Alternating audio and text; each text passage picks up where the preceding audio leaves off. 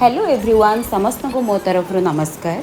छुट्टी दिन में समस्त को कौन ना कौन जगह को जीवाको निश्चय भल लगे। जेहेतु आज मोर छुट्टी दिन तो मु काली ही प्लान कर कपिलास जीवाई एवं बाबा को दर्शन करने। कपिलास ढेंकानाल पाखापाखि 18 किलोमीटर दूर में अवस्थित। खरा दिन में तो लसी समस्त फेवरेट, सो आम लसी पीकिना बाहर जा मंदिर को भगवान का दर्शन कर। लसी पीवा सरीगला एवं आम बाहर जा। एटा होची एंट्री गेटा। एठू मंदिर को जीवाई 5 किलोमीटर।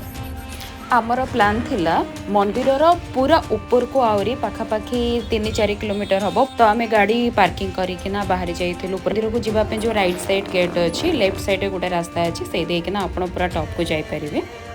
आपण मैंने भी चलतु मो सहित पूरा टॉप को जीवा। कौन अच्छी कौन ना से देखा, कौन व्यू पाचु से भी आपण मैंने मो सहित देखिए।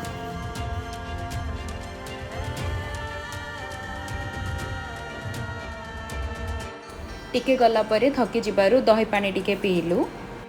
जेहेतु एटा खरा दिन थिला तो बारंबार ही शोष लगुला। मु एमिति ही पानी पी पी जाउथली।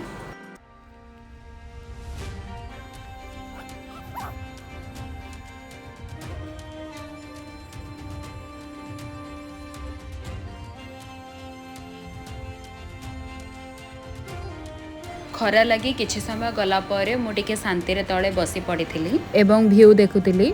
आपण मान को भी देखौची, देखंतु ऊपर केमती केते सुंदर व्यू अछि। ऊपर को गला परे किछि किछि नुवा जिंस हमको देखिबा को मिलेला, जेमिति कि पत्थर ऊपर पत्थर सजाई केना थिला। किंतु जानिबा को पाइलु जो मानकर मन्नत थाए से माने सेमती पत्थर ऊपर पत्थर रखी भगवान पाखरे तांकर मन्नत मागी थांती। किछि टाइम गला परे मांखड़ महाराज कर निद देखि मते भी टिके बसिबा पई इच्छा हला, सो आसी मु टिके बसी पड़थिली।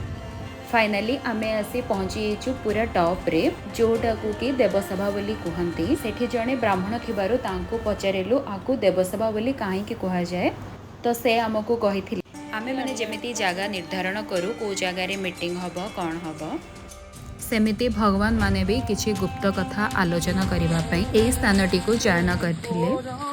से ऊपर जगह एते ही सुंदर थिला, एते ही बढ़िया लागुथिला। पूरा लागुथिला जेमति कि पूरा प्योर ऑक्सीजन मिलुची। ठंडार आवा बहुत ही भल थिला। खरा दिन भाया बिल्कुल भी जना पड़ नथिला। तो से खुशी रे मु किछि फोटो वीडियो भी करदेली।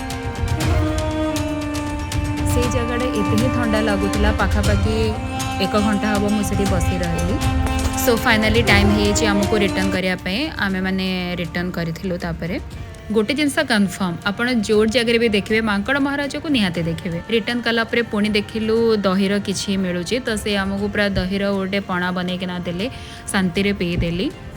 ऑलमोस्ट सेतबेले 3टा हो जाइतिला। भोक जोर ही लागुथिला। तो भाविलु कि मंदिर रे खाइबा मिल जिवो, बट मंदिर रे सेतबेले ब्राह्मण जने कहले कि आहुरी 1 घंटा लागिवो। तो आमे माने डिसाइड करलु एबे जाई मंदिर रे भगवान को दर्शन करदेबा।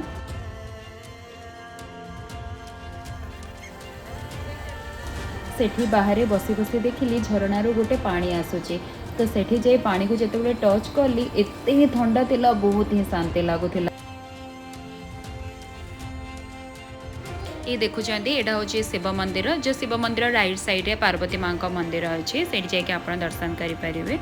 शिव भगवान एवं पार्वती मां को दर्शन कला परे आमे बे रिटर्न करूथलु। ए पर्यंत मो चैनल को जो माने सब्सक्राइब करना सब्सक्राइब निश्चय कर दियंतु एवं लाइक शेयर भी कर दियंतु। पुणी देखा नेक्स्ट वीडियो रे। Take care and bye bye.